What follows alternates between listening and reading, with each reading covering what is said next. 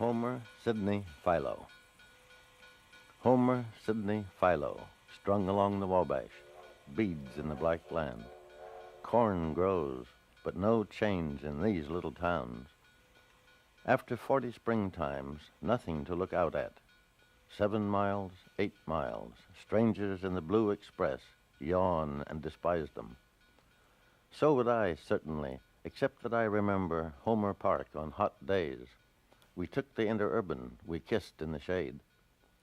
Sydney was our junction, 6 trains a week there. We rode the dusty local, opening all windows, then to Detroit.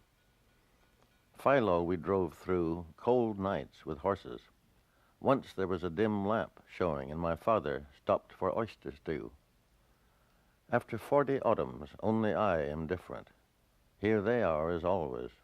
They cannot remember themselves as I do. How have you used the world? Well, I find, for one thing, I have found that it was very nice occasionally to do nothing at all. That's a lovely thing. It's lovely thing. Beyond my powers. How have you learned how to do that? To let a day just go by, you know, it's a lovely thing. Just a day. It's more important than, the day is more important than you are. Sometimes you can appreciate that. Mark was a thoroughly homegrown sort of American intellectual. I can't explain it any better than that. Considering where he came from, the Midwest, wasn't it? And to New York, and made a career for himself. And his orientation was always that of a poet, living for the lyrical moment, the wonderful phrase, and so on. Well, since his own form was so conservative and Frostian and sort of mid-American, he wasn't very much of an inspiration for experimental, but he was an inspiration for the tone and the position of poet, for the prophetic role of poet, or the sensitive role of poet, or the spiritual search as poet. So that was like a really important thing. He took everyone seriously. That was what made conversation with Mark such an intellectually invigorating experience. I mean, after all, we were just kids, you know. And this was especially true of those of us who were trying to be poets. I mean, there is nothing more encouraging to a striving young scrivener trying to learn the art of poetry than to have his scribblings and his ambitions taken seriously by a distinguished elder.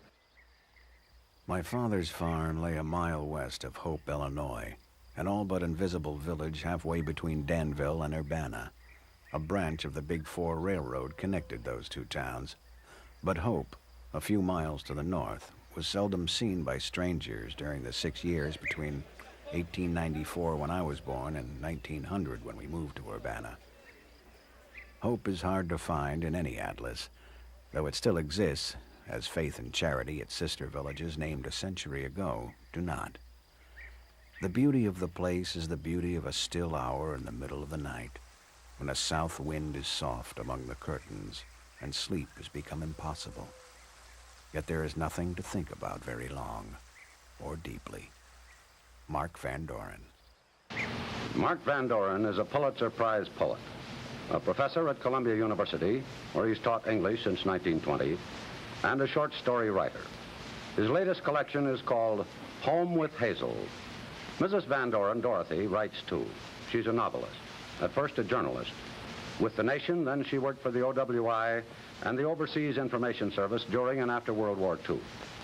The Van Dorens have 2 sons, John, who teaches history at Brandeis University, and Charles, who teaches English at Columbia, and who recently made a rather prolonged appearance on television. The Van Dorens have 2 homes. One is in Cornwall Hollow in Connecticut, where they live when Mark is not teaching, and the other is a small walk-up apartment in that house, the one between the trees, in Greenwich Village here in New York. Good evening, Mrs. Van Doren.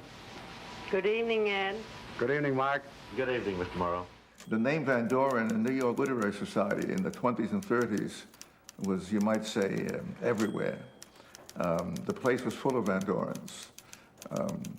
Carl Van Doren had taught here. Mark Van Doren taught here. And Carl's first wife, Irita Van Doren, was the editor of the Herald Tribune book review. It was called Herald Tribune Books. And as a young man making a living as a freelance reviewer, I wrote every week for Irita Van Doren. And if you knew one Van Doren, you knew them all, you see. Well, there were so many of them, that helps to make an impression of a sort of family dynasty. And Carl Van Doren, I think, was sort of the granddaddy of the tribe, if I may use that word. In those days, literary critics, were very important people, and they all sort of dressed becomingly. I remember Carl Van Doren had a special kind of hairdo, which made him look as if he was about to be very pleasing to any lady who come along, you see. His first wife, Irene, and he were both tremendously good-looking. They were really sort of like Scott Fitzgerald and Fitzgerald's wife in the 20s. They had an air about them, which you don't see on people anymore, because people don't dress that way anymore, and they don't have that look of being sexually superior to other people, Everybody's equal now. Dear Mark, Mother tells me people at the university are asking whether you are a brother of mine. Tell them no, that I am a brother to you, and though perhaps you will be too modest to say it openly, that I prophesy that the few little things I did at college will be diminished by your career. Your affectionate brother, Carl.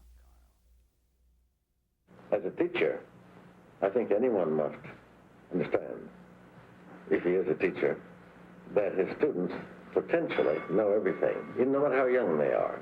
A student who's only 17, after all, has lived on Earth 17 years, and that's a good deal of time, and he's been born, he's had parents, he's lived in houses, he's had friends, he's had sweethearts, he's been angry, he's been jealous, he's been proud, he's been ambitious, he's been ashamed. There isn't any passion that he hasn't experienced.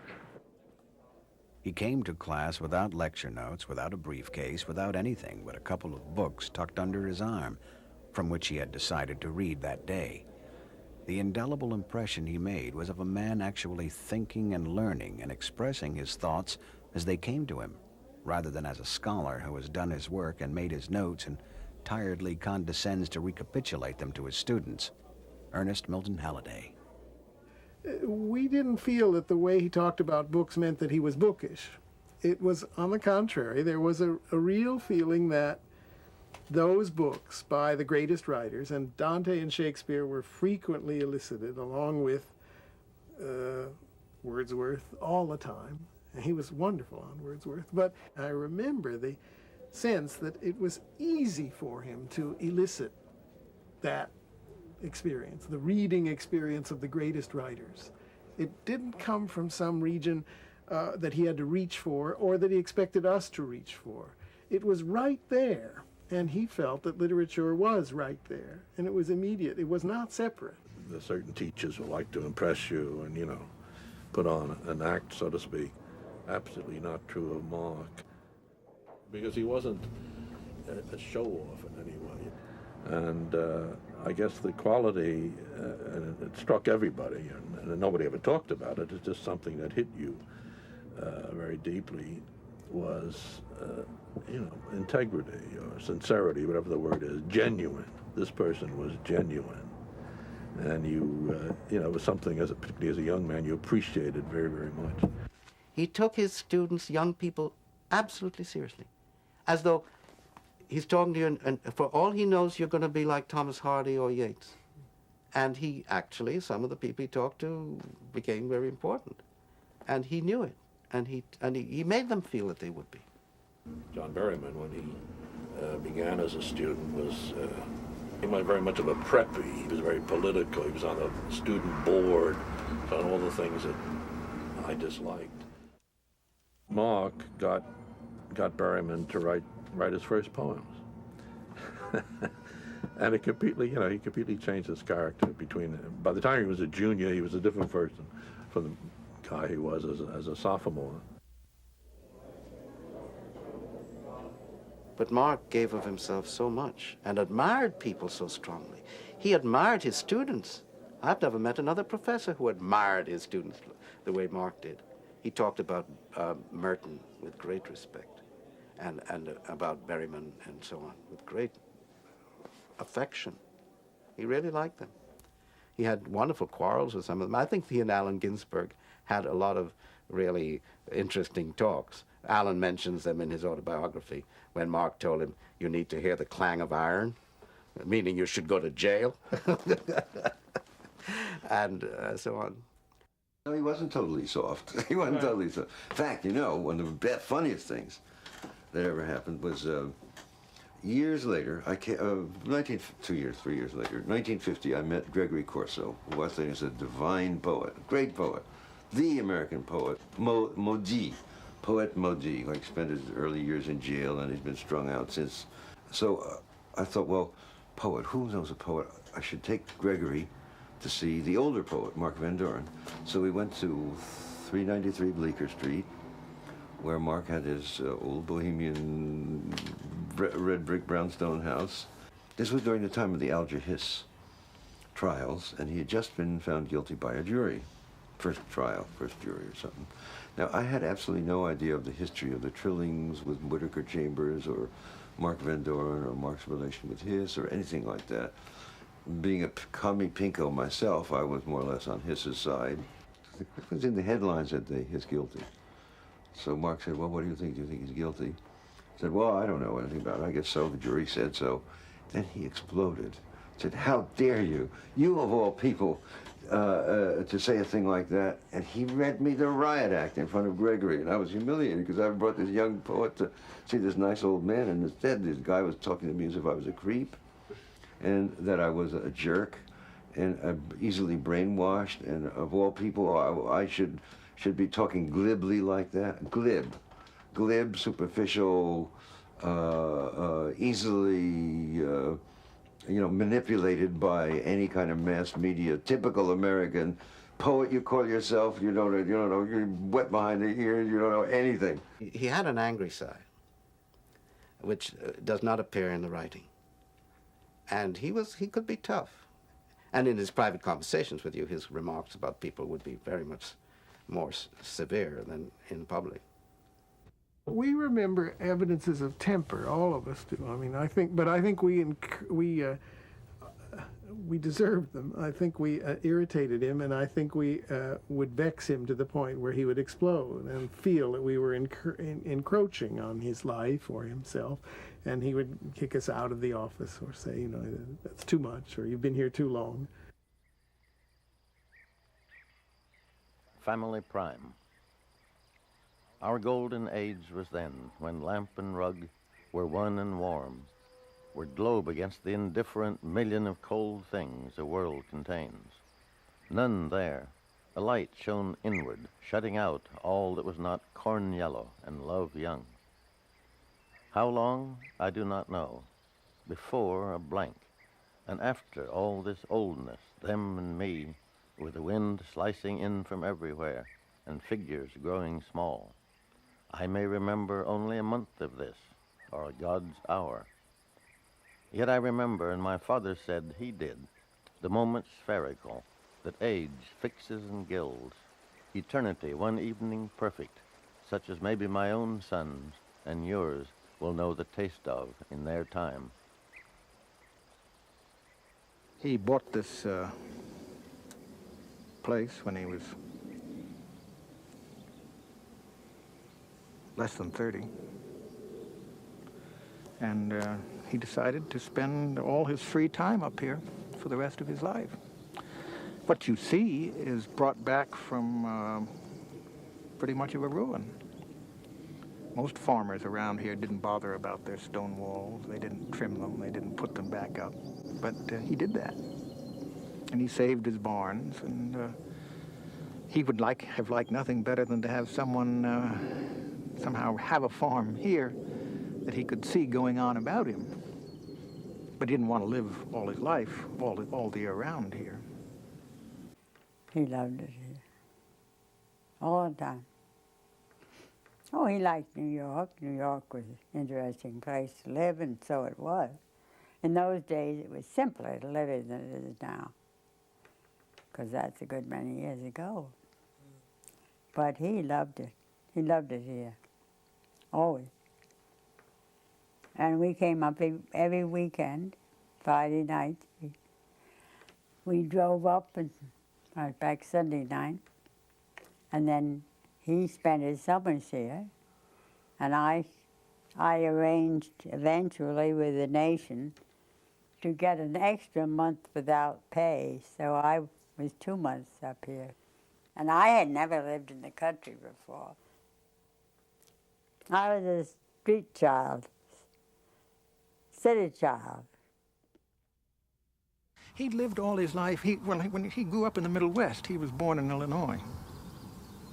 So he came from that very different farm country, that utterly flat country with acres and square miles, you know. And his family couldn't understand why he liked this sort of closed-in, overgrown, cramped New England world, you know. This was not a farm. This was a plaything as far as they were concerned. There's something about this. It would be, it would wither you if you stayed all year round in this environment. It's too quiet. It's too still. There's not enough going on. But if it's the relief of something else, then it's wonderful. If it's the alternative to another busier, more bustling existence, then this is heaven. And so that's the way he took it. He lived half his life in the city and half his life up here. In a way, it was our life. We lived in New York, to be sure, but this was where we really lived. And I don't think Cornwall was ever really out of our heads for most of that time. And if there be those who would mock me, saying, music, none is here save in your head. Noises, yes, delectable, dismaying, but not in measure, as if more were said than owls and larks will tell you, or mad crows, or the wind-ravished rose, or human chatter, changeless year by year. Then soberly I say to such as those, the sound is one, and is not sinister. It is an honest music through and through, and so the chatter, too, and so the silences that wait sometimes like a tired giant thinking, so they all return and go, then come again and fall, evenly, unevenly, as rhymes rival the pure chimes of never-ending truth that for so long has sung to such as me this undersong. I think at the time I thought the poetry was rather conventional, and I don't think I had any significant response to it. And as far as I was concerned, especially as a young man and as a poet, a new poet or a beginning poet, or really just a reader of poetry almost, was that Mark had made too many decisions already. The poetry seemed too formed, finished, and already, as I say, determined. I remember people used to compare him to Robert Frost, but I think that's off the mark. The tone of the poems is very different from Frost's. Perhaps it was just that neither of them wrote about city things, so that was enough to make a false comparison attractive. But Mark took no part in the violence and the breakup of modernism. He was friendly to all sorts of styles, but in his own work, he stayed true to what he did best. He was let's say, a vital conservative, resembling Frost in that, and also Robinson. There are a few places where Mark's poems do remind one of Robinson, and of course, behind it all is Wordsworth. Doesn't it follow that poetry does make things happen? I don't think you should expect poetry to make things happen in the world. To the extent that it is real, I shouldn't think it ever did anything more than remind us of what the world already is. See, the world is whatever it is. Now, that's begging a great question, I know. But the world is what it is, and I think, and I'd be subject to correction here, I think the function of poetry is to remind us of our own knowledge of what the world is, because we know what it is already. This amber sunstream, with an hour to live, flows carelessly and does not save itself, nor recognizes any entered room, this room, nor hears the clock upon a shelf declaring the lone hour, for where it goes, all space in a great silence ever flows. No living man may know it till this hour, when the clear sun stream, thickening to amber, moves like a sea, and the sunk hulls of houses let it come slowly through, as divers clamber, feeling for gold. So now into this room peer the large eyes, unopened to their doom. Another hour and nothing will be here. Even upon themselves the eyes will close. Nor will this bulk withdrawing die outdoors in night that from another silence flows. No living man in any Western room but sits at amber sunset round a tomb. The first stanza, which looks as if he's describing the way light falls in a Hopper painting. And then the whole question of taking the stream part of it seriously and suddenly moving into something marine. It's quite remarkable indeed and very complicated. And what's that supposed to be about? How does the metaphor of sunlight particularly become submarine? In this way he's like Frost, that the poems appear to be easy and aren't. They're hard because they look so easy. Some remark he made during the course of his lecture, I realized he was 39 years old. Well, I was then, 19 or 18 or 19 or 20, something like that. Now, 39, that's old.